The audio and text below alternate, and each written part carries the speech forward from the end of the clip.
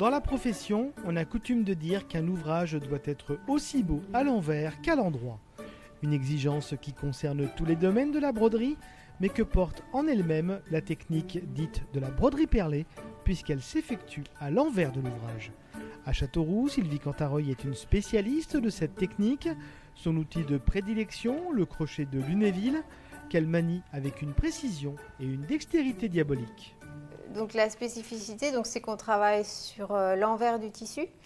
Et avec le crochet, on fait uniquement un seul point en fait, un point de chaînette qui va poser par en dessous la fourniture en fait, la perle ou la paillette. Donc il est beaucoup plus rapide qu'une aiguille, beaucoup plus précis aussi.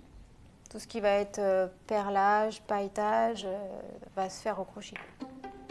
Chaque réalisation constitue un véritable défi technique et exige une concentration de chaque instant que le fait de travailler sans visibilité rend encore plus difficile. On dit donc que la brodeuse a des yeux au bout des doigts parce qu'il faut sentir et voir sur l'envers. Alors là, le tissu transparent, il n'y a pas de souci, mais sur un tissu opaque, il faut vraiment sentir la fourniture pour ne pas poser deux perles à la fois, être sûr du mouvement avec le crochet pour être vraiment très précis et puis pouvoir poser sans voir. On travaille à l'aveugle. Ses compétences ont amené Sylvie Cantareuil à travailler à de nombreuses reprises pour la haute couture. Récemment, elle a ajouté une corde à son arc en s'associant au designer Maxime Beau pour des modèles de luminaires. Je voulais quelque chose d'assez moderne, tout en étant dans la tradition.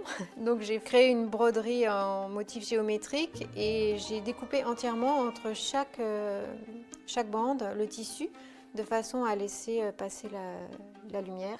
Et puis après, je vais apposer tout autour, comme ça, en faisant les raccords, en tirant beaucoup à chaque fois pour garder vraiment la tension des lignes, pour retrouver le droit fil à chaque fois. Et puis voilà, ça fera à peu près une quarantaine d'heures de travail pour la broderie.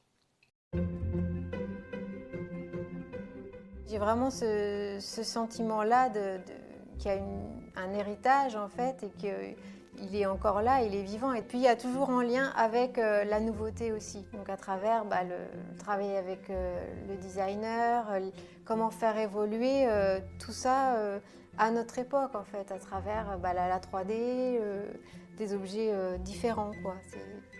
Il y a les deux moi qui m'animent beaucoup, trouver des liens entre le passé et puis l'avenir. Les deux vont être assemblés et c'est vrai que c'est super intéressant. Oui. Derrière Sylvie se cache aussi un pseudonyme, Argile Phénix, du nom de l'un des plus beaux diamants rouges jamais extraits.